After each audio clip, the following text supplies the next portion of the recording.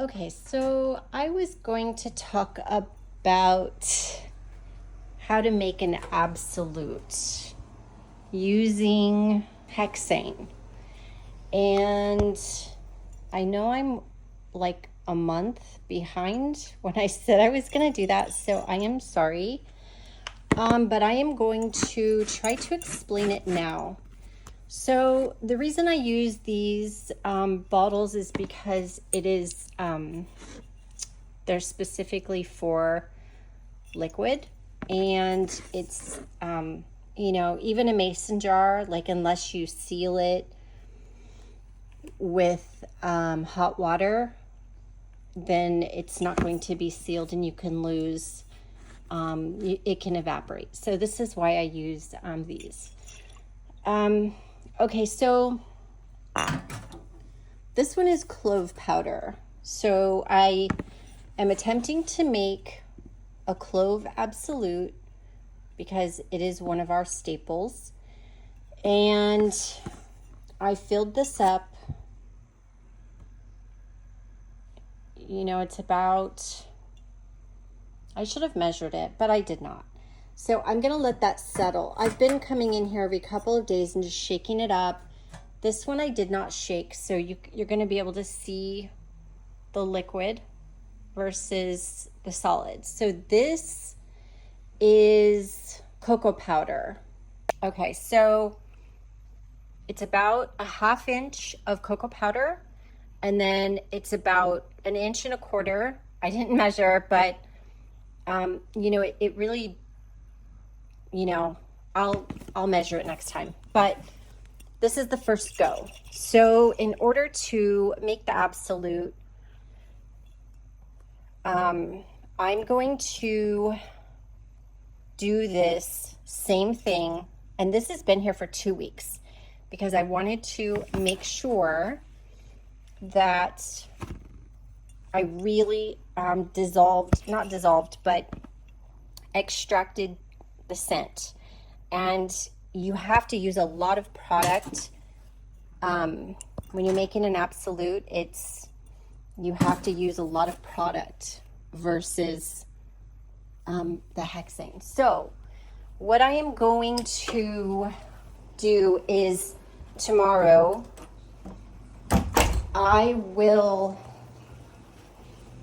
instead of shaking that up, I will plan to exchange that out.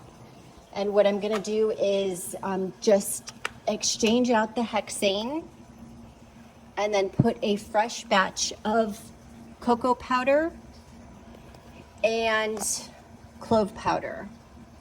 And then I'm going to let that set for another week and then do that again. So when you extract the hexane and you take out, okay, so the hexane is going to have the scent. So you do this repeatedly, and then you take the hexane with the scent and you wash it with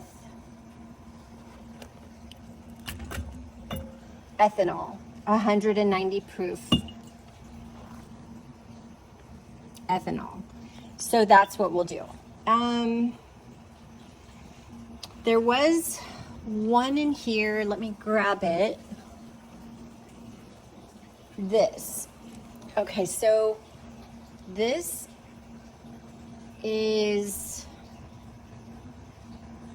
I believe it's tea, Emperor Prayer with cocoa tea, and this is sitting in the ethanol after the hexane extract. So after it sits in the ethanol, then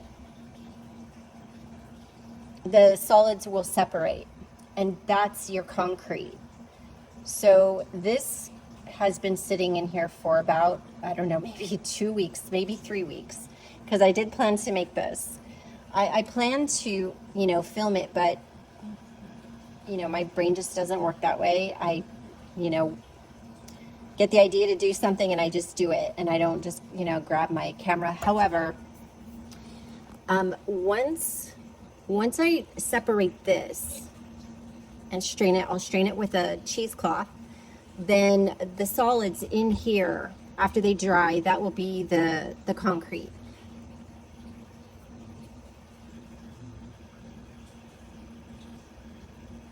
Then from the concrete, you make the absolute. It is a very complex and almost not worth it. I have thought about getting the Rovo top just to see, but you know, I'm like a perfume maker, not really an extractor.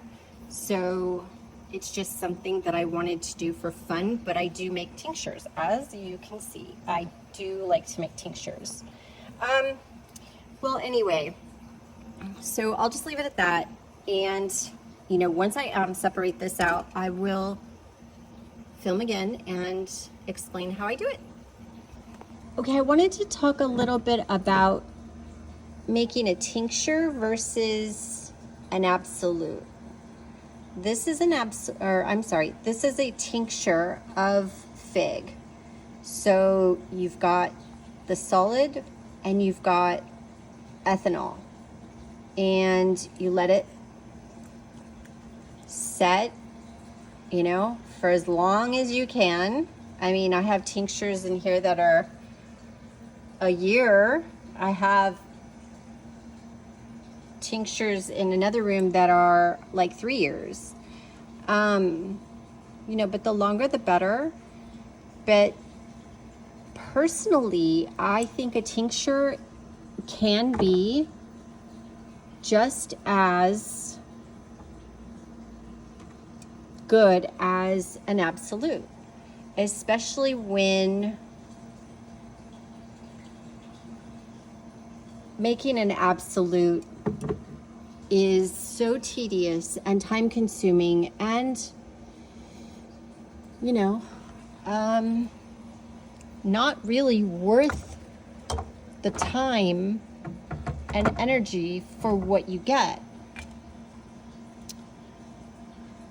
But if you were going to make a perfume and you, let's say, wanted Bushman's candle scent, I mean, I could definitely make a perfume with Bushman's candle tincture, and you're gonna have the scent.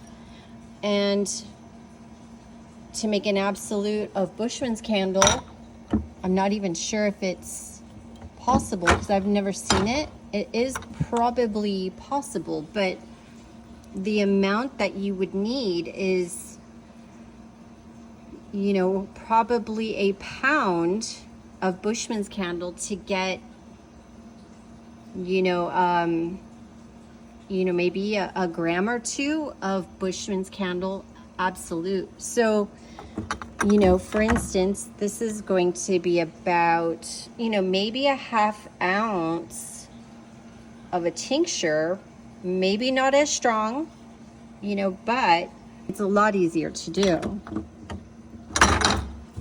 And I think that's all I'll talk about right now, but that's just my take on, you know, whether to do a tincture or, you know, if you have a supplier to get the absolute, you know, that would be better. But, you know, lemon blossom tincture can be just as pretty smelling as an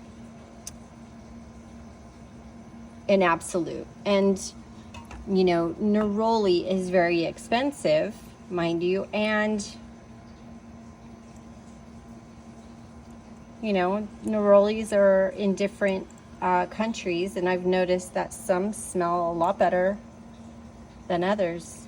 And but yeah, making a tincture is fun. You're not going to find pine cone absolute, so you make a pine cone tincture, and that tincture right there smells so good. And it's only been in there for like a month, and look at how dark it is. It smells so good. Anyway, all right, Well, thanks for watching.